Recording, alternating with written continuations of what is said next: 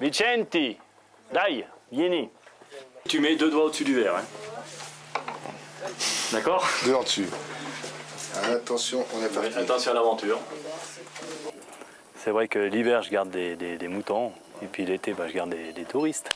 C'est un peu la même démarche, je veux dire. C'est orchestrer un peu, et puis s'en occuper. Et puis en plus, c'est le rapport social que tu peux avoir, ne serait-ce qu'avec l'animal ou avec l'humain.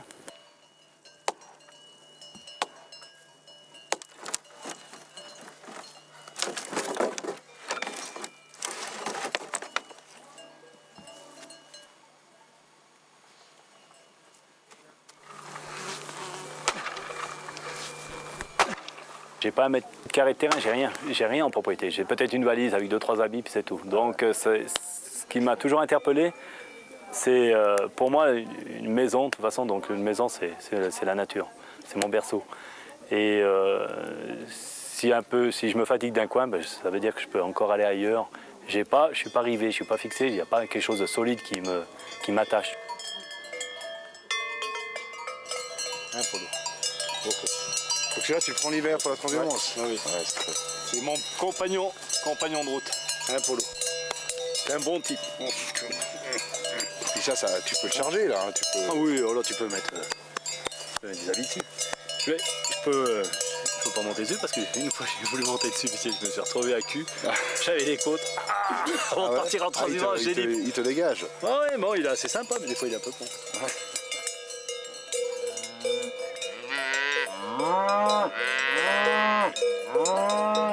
En errant comme ça, on peut fuir des choses. Mais pas du tout, au contraire, c'est apprendre à se connaître et puis surtout à apprendre à être de nouveau toujours dans des nouvelles situations qu'il faut interpréter et puis qu'il faut composer. Tu es face à toi-même, donc tu ne peux pas t'éviter. Nomade dans l'âme, Pascal est un amoureux de la nature. Il donne à ce paysage aux heures de Mongolie une touche de chaleur. C'est dur aujourd'hui pour moi de repartir.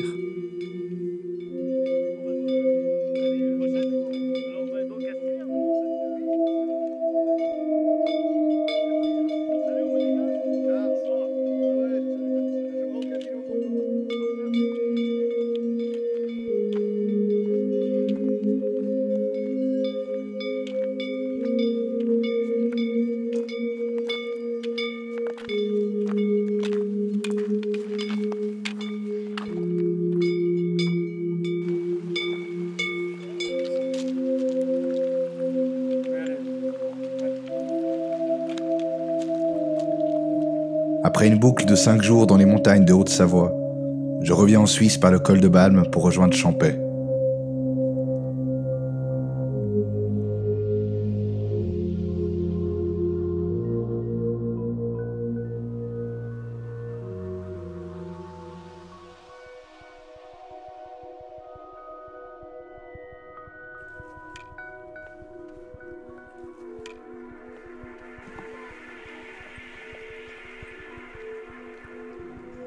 Le col du Grand Saint-Bernard, ma dernière étape valaisanne.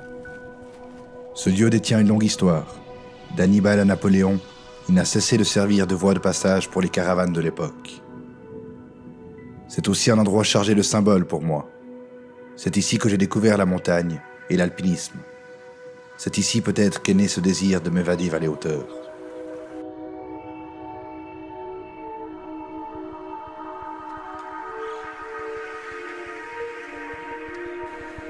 Nicolas m'attend à l'hospice. Il est responsable de la formation valaisanne des accompagnateurs en montagne. Salut Nicolas. Ouais, bienvenue ici au Mont-Saint-Bernard. Merci. Ouais, enfin là. Enfin là.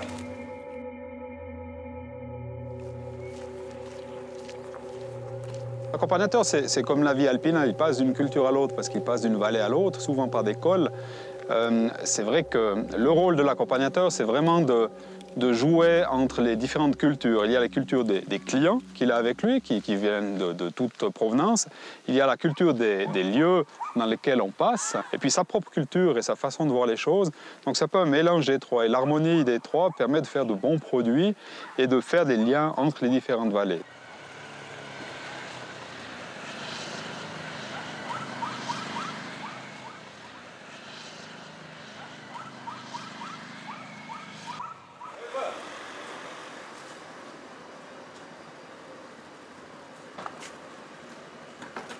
En étant un passeur de col, l'accompagnateur peut être un tisserand interculturel parce que c'est vrai que passer des cols permet de nouer des liens, de relier deux choses différentes, deux versants d'une même montagne.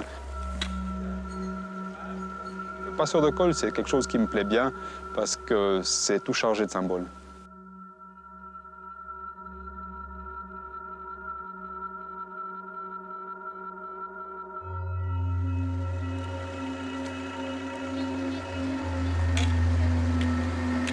Je sais qu'en entrant en Italie, je vais retrouver la solitude de mon itinérance.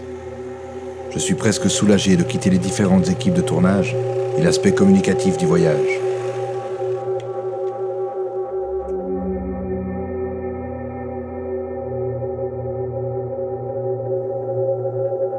Dorénavant, il me reste à marcher plein sud vers la mer et Monaco.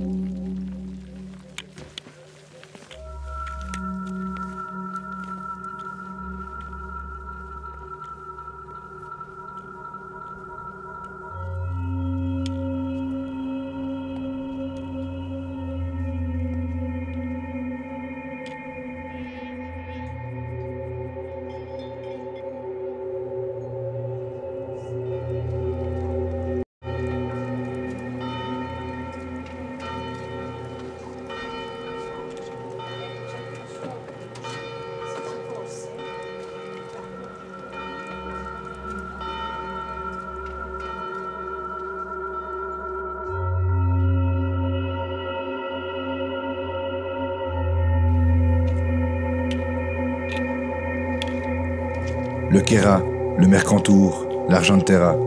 Je crois bien que ces Alpes du Sud sont la région la plus reculée de tout mon voyage. Et un col de plus.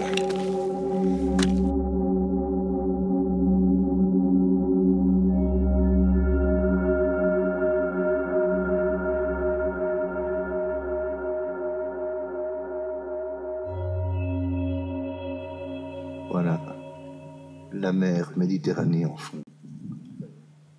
Je suis plus heureux. Je vois enfin la mer.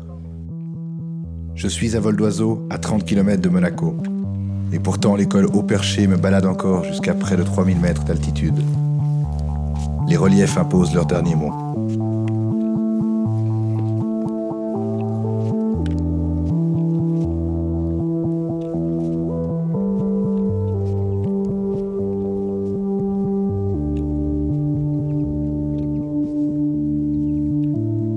Quelque part, elle est plus riche, la moyenne montagne, parce qu'elle va de très bas en altitude, comme ici, presque au bord de la mer. Si on pense à des massifs comme la Corse, on part de très bas et on monte à près de 3000 mètres. Et puis elle est plus variée au niveau des couleurs. On passe tous les étages de végétation. Au niveau culturel, dans la moyenne montagne, on croise des populations. Donc il y a toute l'histoire et la géographie du lieu qui s'enrichit par les populations, les villages traversés. Et puis elle peut quand même aller haut, dans le sens où il n'y a pas de glacier. Donc on qualifie la haute montagne du territoire des neiges éternelles et des glaciers. Donc si on est dans la cordillère des Andes, par exemple, où on est à 5500 mètres, on est encore dans une sorte de moyenne montagne.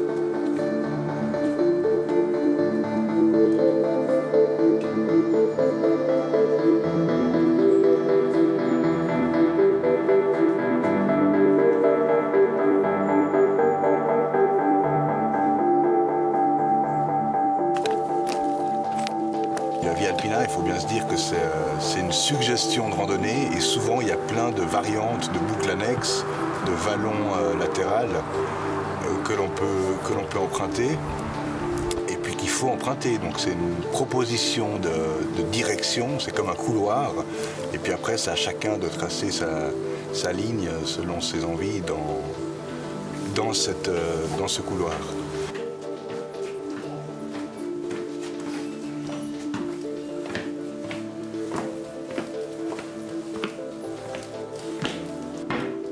pense qu'il manque de relève jeune en montagne. Donc pour ça, il faut déjà, pour les faire aimer la montagne, il faut leur présenter ça sous un beau jour, leur montrer les richesses du milieu, et puis ensuite les éduquer très jeunes, comme quoi c'est un milieu fragile, c'est un milieu où il y a des espèces rares, où pour se reconstruire, il faudra beaucoup plus de temps qu'en plaine, parce qu'il y a le problème du vent, il y a le problème de la pente, il y a le problème du climat souvent rigoureux. Donc tout ce qu'on détruit en montagne, c'est beaucoup plus long à se reconstruire. Et puis si on arrive à éduquer la jeunesse sur ces principes de base du milieu montagnard, après, forcément, comme tout ce qu'on a appris, ça va être de l'acquis, et puis les gens iront en montagne avec un regard différent.